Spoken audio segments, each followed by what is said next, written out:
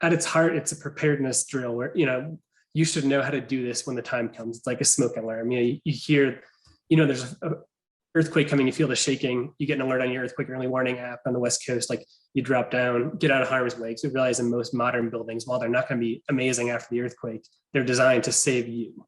And so get down low. So the lights and the bookcases that maybe should have braced but didn't, get down low, go to seek shelter under a table and hold on. We know that that's okay, that's the default, but then we've been talking more and more about, and do one more thing. So maybe you say, okay, like when you're under the table, look around and what could have fallen on you but didn't. Is there a mirror hanging up next to your desk? Do you have deer antlers over your bed for some reason? If so, you may want to take those down. Some reason. I have seen pictures from the field. I'm not kidding. And then also like getting back to the last question too, I think there's this mentality of like, in the past, the emergency managers, you grab your cargo pants and you run out the door. It's like, whereas I grab my calculator when I run out the door. It's a different, but at the same time, I think like the core skill set for emergency managers is like, are you a communicator and can you collaborate and connect people? Like, I don't need to be an expert in search and rescue. I need to know who the guy or girl is to call. Like when there's liquefaction concerns, I call Anne. If I need to know about zoning laws, I call Amanda. I think that is the core tenet. And while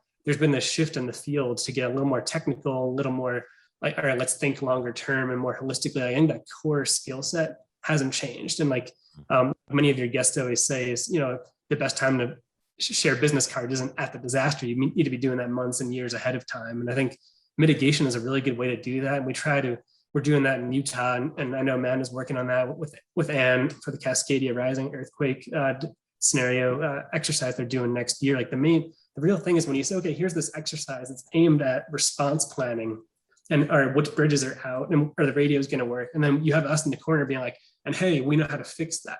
And so when you say, okay, like it'd be great if we get search and rescue this way, but we're going to lose 5 hours. We have to go around this way. And you see that all the time in exercises. And it's our job to be outspoken and say, and there's funds to fix that. So you don't have to worry about it. And I think more and more responses realize, hey, like these guys we thought were nerds. Like I love our response folks because they loop me in on exercises and they say, hey, Sean, like we're going to use this school parking lot as a staging site.